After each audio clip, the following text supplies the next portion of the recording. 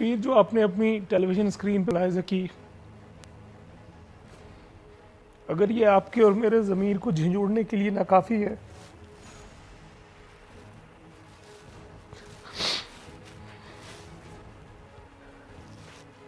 ये 2 साल का बच्चा, इसको भूख और बीमारी की वजह से इसके बाप ने टांग दिया।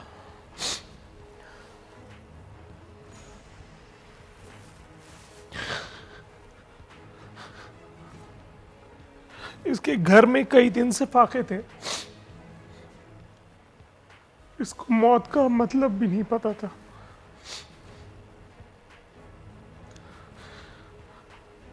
वो हाकिम जो हजरत उमर का अहवाल सुना करके इक़्तिदार में आया था, उसका एक मुंह चढ़ा वजीर आला पंजाब पे अभी भी उसकी हुकूमत के तख्त मौजूद हैं। किसी के घर पे कोई बर्क नहीं गिरी।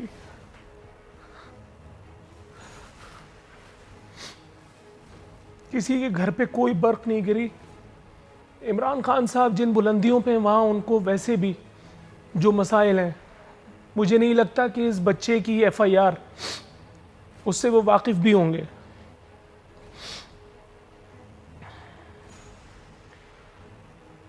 सना खान तकदीस तब्दीली को ढूंढ रहा हूँ मैं,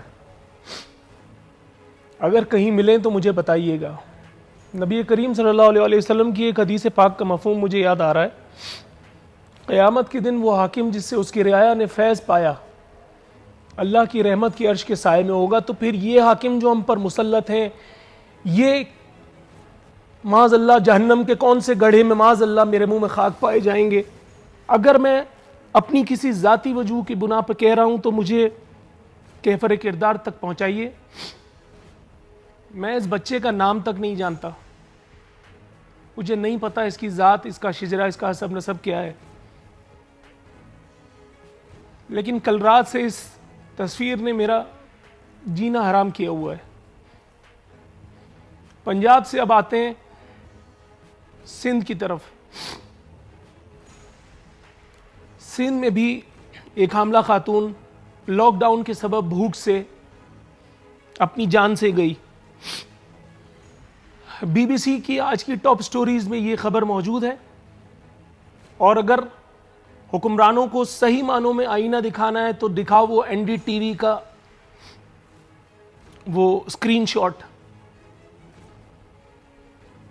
ये आपके मेरे हम सब के इन्वर्टेड कॉमास में दुश्मन मुल्क NDTV की एक रिपोर्ट का, न्यूज़ रिपोर्ट का अहवाल है, जिसने मज़े ले लेकर ये रिपोर्ट मेरी और आपकी मफलूकुल हाली की ये दास्तान अपनी वेबसाइट पर चढ़ाई हुई है, जहां इसको अब तक हज़ारों लाखों लोग पढ़ चुके होंगे।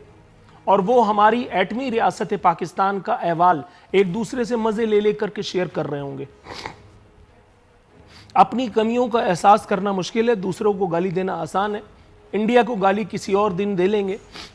पहले ये देख लेते हैं कि मैंने और आपने जो बिलवास्ता या बिला वास्ता इन अमवात के जिम्मेदार हैं, उन्होंने क्या झक मारी है। मुतवफ़िया रूबीना 6 बच्चों की मां थी। इस घर में भी लॉकडाउन के सबब बेरोजगारी और भूख ने डेरे डाले हुए थे। ये खातून रात को 10 बजे खालिक हकीकी से जा मिली। यहां तक कि इसकी तदफीन भी जो अहले मोहल्ला ने चंदे की मदद से की। अलबत्ता इसकी मौत ने इसके गांव वालों का यह जरूर भला कर दिया। इसके बच्चे, कैन यू इमेजिन, इसके बच्चे अपनी मां की मौत से बेखबर घर में खेलते फिर रहे थे। ये BBC लिख रहा है, मैं अपने घर से नहीं कह रहा।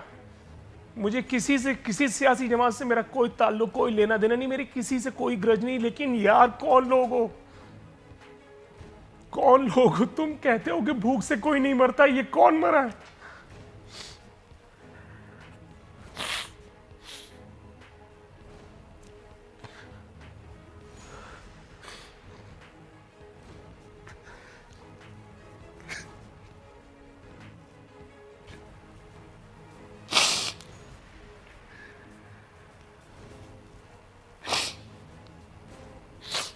माजरत 30,000 रुपए देकर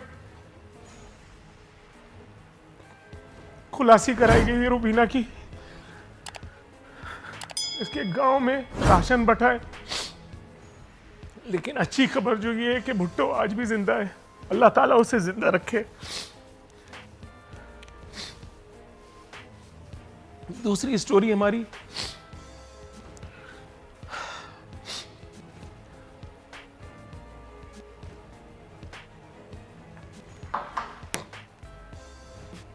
सिंध में कोरोना से अमवात की तादाद मशकूर करार पाई है। ज़राए ने अपने तौर पर इंकशाफ किया है कि एक हसास इदारे ने इस हवाले से वज़ीर आज़म से शिकायत की गई थी कि कोरोना के हवाले से सूबाई हुकूमत की फराहम करदा आदाद व शुमार उसमें तजाद पाया जाता है। मामले की तहकीकात के लिए एक जॉइंट इन्वेस्टिगेशन टीम, JIT नहीं, कंबाइंड इन्वेस्टिगेशन टीम तश्कील दे दी गई है। सरबराही इसकी एक अहम इदारे के ग्रेड 20 के अफसर कर रहे हैं।